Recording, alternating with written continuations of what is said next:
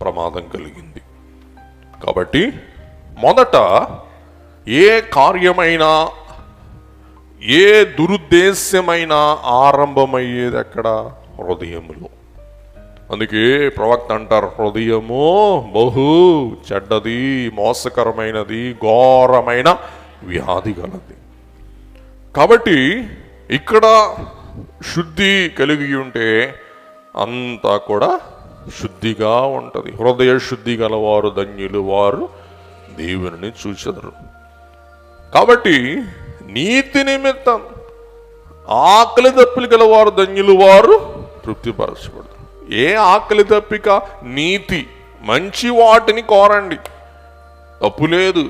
మంచి వాటిని అడగాల. దేవుని అడగకపోతే, దేవుడు ఇవ్వకపోతే ఇంకా మనం ఎందుకు ఆరాధన చేయటం, దేవుని సేవించడం, దేవుని పూజించడం ఎందుకు? అందుచేత దేవా, నీ చిత్తము పరలోకమందు జరుగుచూ ఉన్నట్లు భూమి మీద నా జీవితంలో కూడా జరిగించు. కాబట్టి ఆశించవద్దు అంటలా. కానీ ఏం ఆశించవద్దండి? చెడ్డ వాటిని. ఈ ఆశ అనేది ఎక్కడ మొదలవుతుందంట? హృదయం. అందుచేత మరి బహిరంగంగా మీరు అందుకునే ముందు మీ ఆశ, దురాశ, మంచి ఆశ ఒకసారి పరీక్షించుకోండి అని పౌలు గారు తెలియచేస్తూ ఉన్నారు. పాపాంక్ష, మరి ఇతరుడికి ఉన్నది నాకు ఉండాలి అని దురాశ. అవసరం లేదో కాదు, వారికి ఉంది నాకు ఉండాలి విచారం. మూడవ అపరాధమే విగ్రహారాధన. మూడవ అపరాధం ఏం చెప్పండి? విగ్రహారాధన.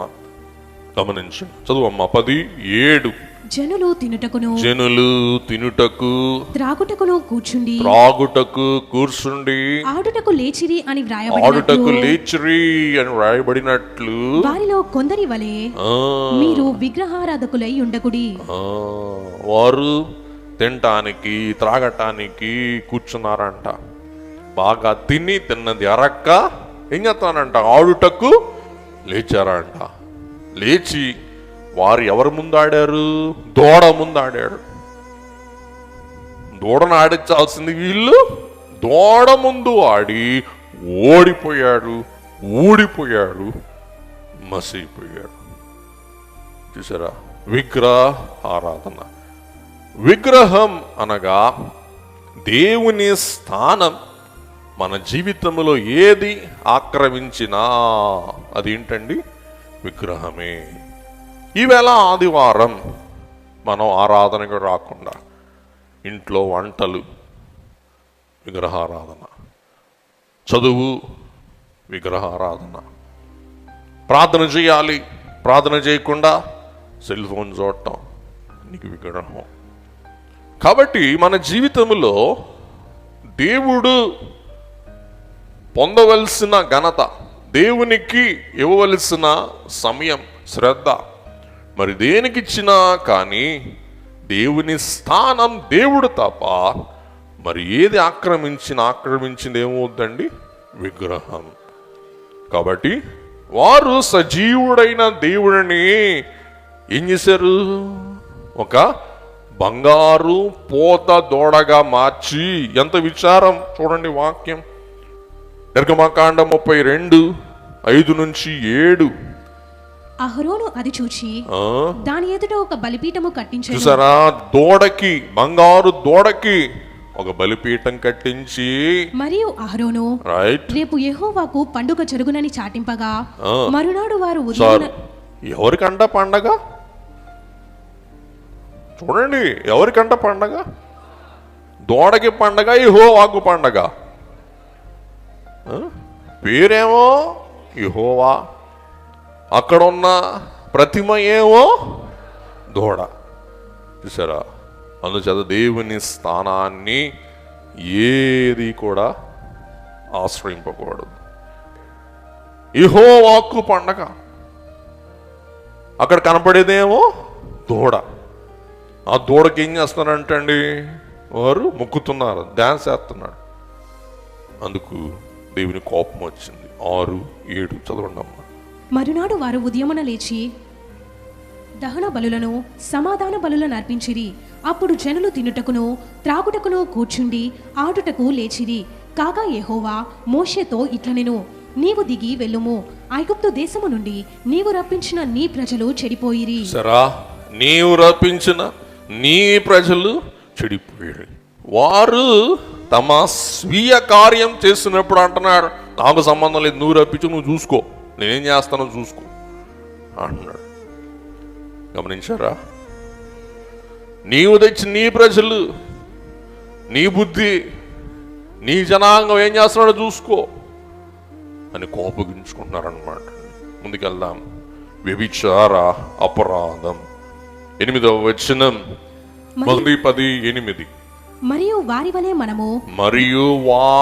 వలె మనము వ్యభిచరింపక యుందము.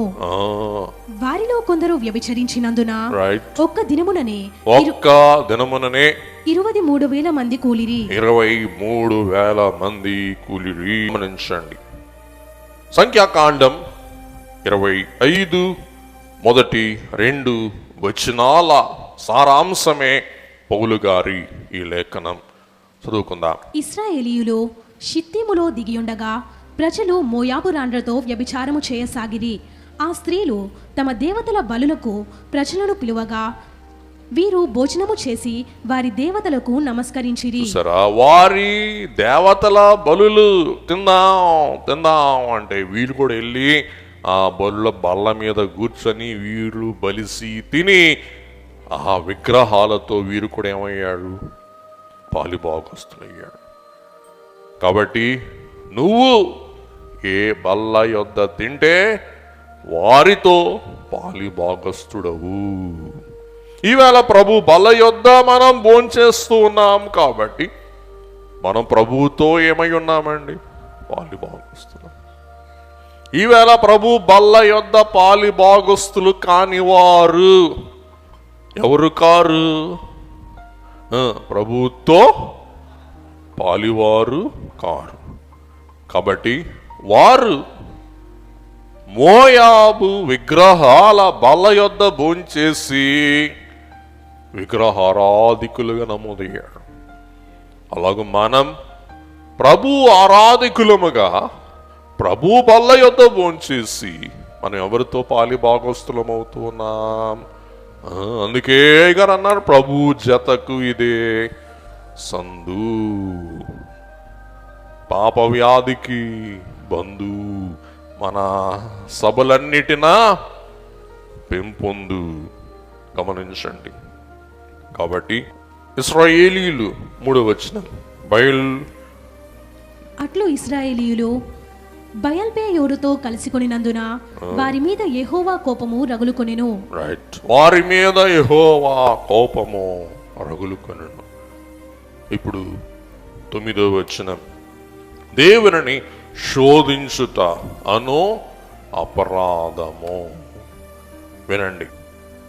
మీ అమ్మాయి కానీ మీ అబ్బాయి కానీ సెల్ ఫోన్ అడుగుతారు.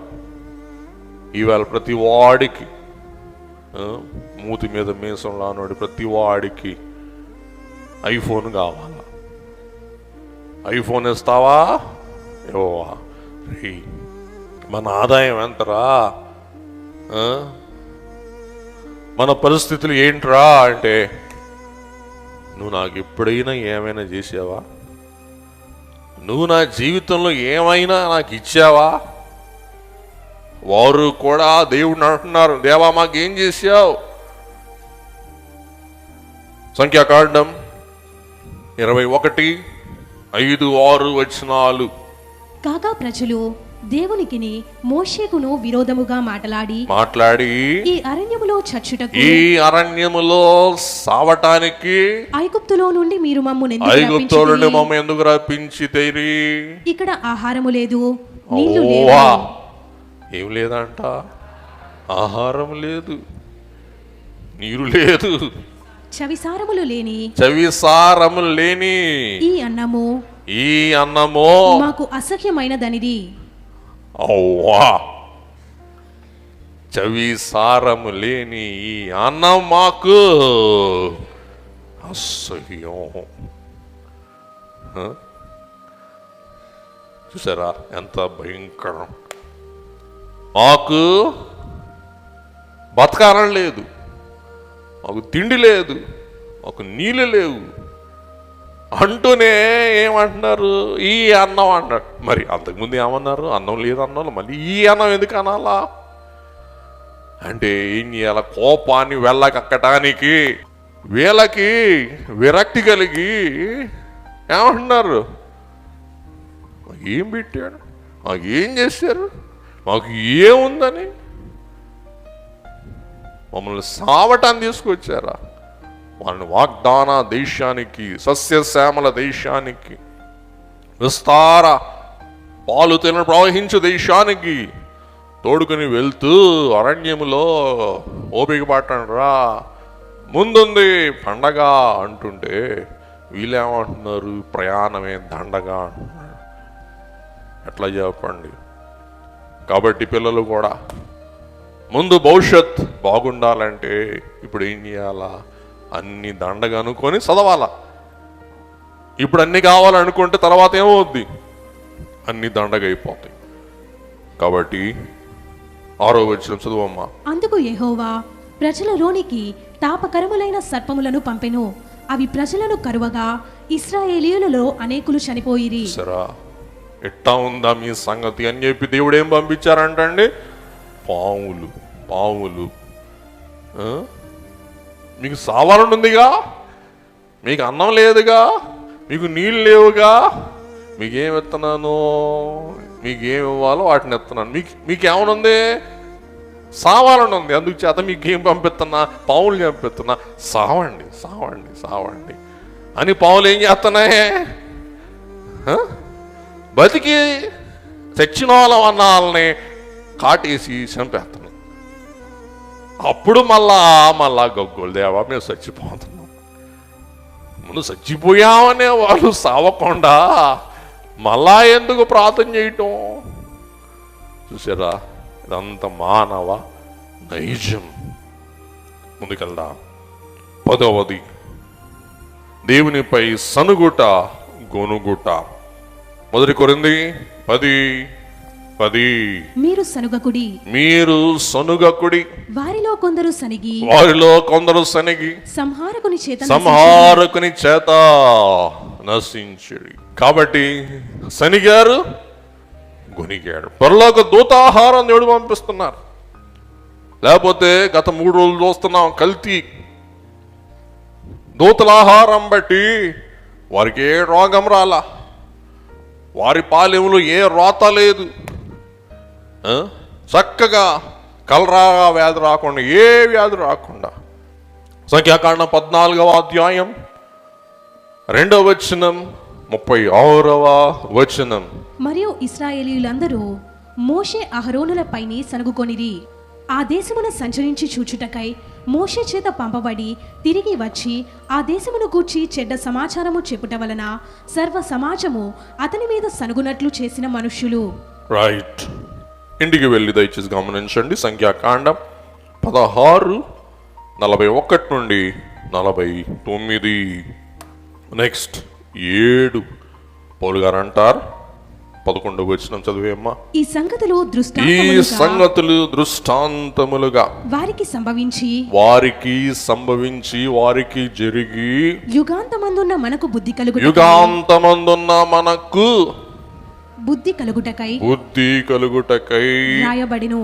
మనకు గ్రహింపు కలుగుటకై, మనం మెలకువగా ఉండుటకై, మనకు మేల్కొల్పు కలుగుటకై ఈ వ్రాయబడను. ముగించేసుకుందాం. ఎలాగున వీరు 10 ఆజ్ఞలు ఉల్లంఘించారు అనే అంశం పరిశీలన చేసి ముగించుకుందాం. దేవుడు వారికి ముందే సనుగుతారు, గొనుగుతారు, విగ్రహారాధన చేస్తారు, ఆశిస్తారు, దొరకనందున దూషిస్తారు, ఇవన్నీ చేస్తారని ఎరిగి ఉండియే ఆజ్ఞలు ఇచ్చాడు. సీనాయి యొద్ద ఆజ్ఞలు ఇచ్చాడు. నిర్గమాకాండం 20లో 10 ఆజ్ఞలు దేవుడు ఇచ్చాడు. అయినా ఆజ్ఞలన్నీ వారు తొంగలో దొక్కి ఉల్లంఘించి, ఆజ్ఞలు ఉల్లంఘించడం ద్వారా దేవునికి ఆగ్రహం పుట్టించాడు. అరణ్య పతనం ఒక ఆధ్యాత్మిక పాఠం. చదివిసిండమ్మా. 1 కొరింథీయులకు 10:5-11 మరియు 10 ఆజ్ఞల సమన్వయము విశ్వాసులకు ఒక గంభీరమైన హెచ్చరిక. మనందరికి ఒక సూచన, మనందరికి బుద్ధి కలుగుటకై వాక్యములో నుండి ఇది ఒక అంశం. చదవండి. ఇవి మనకు దృష్టాంతములుగా ఉన్నవి. 1 కొరింథీ 10:6 నెక్స్ట్. ధర్మశాస్త్ర ప్రమాణము దేవునికి మానవునికి మధ్య ఉన్న సంబంధం సూచించు ఆజ్ఞలు. 2వ పలకల మీద మనుషులు తోటి మనుషుల పట్ల ఉండవలసిన బాధ్యత. వీటిని ఆసరా చేసుకుని వారు ఏ ఆజ్ఞలు ఉల్లంఘించారని మనం పరిశీలన చేసుకుందాం. నెక్స్ట్. 1 దురాశ 10వ ఆజ్ఞ ఉల్లంఘన. నెక్స్ట్. విగ్రహారాధన 1 ఆజ్ఞ ఉల్లంఘన. 3 జారత్వం 6వ ఆజ్ఞ ఉల్లంఘన. నెక్స్ట్. శోధించుట, దేవుని శోధించుట, ఇది ఒక ఆజ్ఞ, 2వ ఆజ్ఞ ఉల్లంఘన. నెక్స్ట్. సనుగుట, ఇది మరి ఒక ఆజ్ఞ ఉల్లంఘన. 4, 8 ఆజ్ఞల ఉల్లంఘన. నెక్స్ట్. మనం జాగ్రత్తగా ఉండవలెను. అరణ్య పాపం, ఘోర శాపం. నెక్స్ట్. విగ్రహారాధన బట్టి ప్రదేశం సీనాయి, సుమారు 3,000 మంది పురుషులు. నెక్స్ట్. సనుగుట తబేరా, అక్కడ ఎంతమంది ఉదాహరింపబడలేదు. సంఖ్యాకాండం 11:1-3. నెక్స్ట్. దురాశ కిబ్రోత్ హతావా, వారు మాంసాపేక్ష గల వారై ఉండి దేవుని దూషించుట విస్తారమైన గుంపు. కిబ్రోత్ హతావా, వారు మాంసాహారమును ఆశించి తిన్నా కానీ నోట్లో ఉండగానే వారి దురాశకు దేవునికి కోపం, రోషం వచ్చి వారిని సంహరించేస్తారు. నెక్స్ట్. అవిశ్వాసం కాదేష్ బర్నియా, ఇక్కడ మనం చూస్తే మరి మొదటి తరం వారందరూ యెహోషువ, కాలేబు తప్ప. ఇక్కడ మళ్ళా దేవుని నిందించుట, శోధించుట. నెక్స్ట్. అధికారాన్ని ధిక్కరించి కోపం రగిలించుట 14,700 మంది ఇక్కడ మరణించారు. దేవునిపై, దేవుని దాసులపై ఆక్షేపణలు చేయుట, దూషించుట, శపించుట. నెక్స్ట్. వ్యభిచార పాపం, ఇప్పుడే మనం చూసాం, అందాజుగా 24,000 మంది. నెక్స్ట్. తొందరపాటు, అసహనం, ఇశ్రాయేలులో అనేక మంది, మళ్ళా నెంబర్ కనపట్ల మనకి. తొందరపాటు, అసహనం, విగ్రహారాధన. నెక్స్ట్. సనుగుట. నెక్స్ట్. దురాశ. నెక్స్ట్. అవిశ్వాసం. నెక్స్ట్. అధికారాన్ని, పెద్దలను ధిక్కరించుట, కోరాహు కుమారుని నశించుట, భూమి ఓపెన్ చేసి వారందరినీ భూమి అమాంతంగా మింగివేసింది. 6 వ్యభిచార పాపం, మోయాబు స్త్రీలతో వ్యభిచరించుట. 7 తొందరపాటు కలిగి ఉండుట. కాబట్టి మన ఆత్మీయ జీవిత విషయంలో ఈ నేరాలు, ఈ అపరాధాలు మనలో ఉండకుండా లేకుండా మనం చూసుకున్నట్టు మనకు ఆశీర్వాదకరం వధువు సంఘం యొక్క కర్తవ్యం. అట్టి యోగ్యత కలిగిన నిజ భక్తి విశ్వాసం కలిగి మన పాదాల తొట్టులకుండా కాపాడగల ధన్యత ప్రభు మనకు దయచేయును గాక. దయగల ప్రభు, కృపగల తండ్రి, ఇశ్రాయేలు జనాంగ ప్రయాణమును సవివరముగా మా ముందు రాసి బదిలపరచి మాకు అందించి అనుగ్రహించి వారి వలె మేము కాకూడదన్నా అపేక్ష కలిగి ఇవన్నీ మాకు దృష్టాంతములుగా ఉన్నవని సెలవిచ్చిన కారణాన్ని శిలువ ధ్యాన దినాలలో ఈ విషయాలన్నీ గ్రహించి గుర్తించి కనుగొని జాగరూకులమై ఉండి జీవించు భాగ్యం మాకు ప్రసాదించుమని తొట్టిల్లకుండా మన పాదాలు కాపాడగల యేసు నామమున వేడుకొని ప్రార్థిస్తున్నాం మా పరమ తండ్రి. ఆమేన్.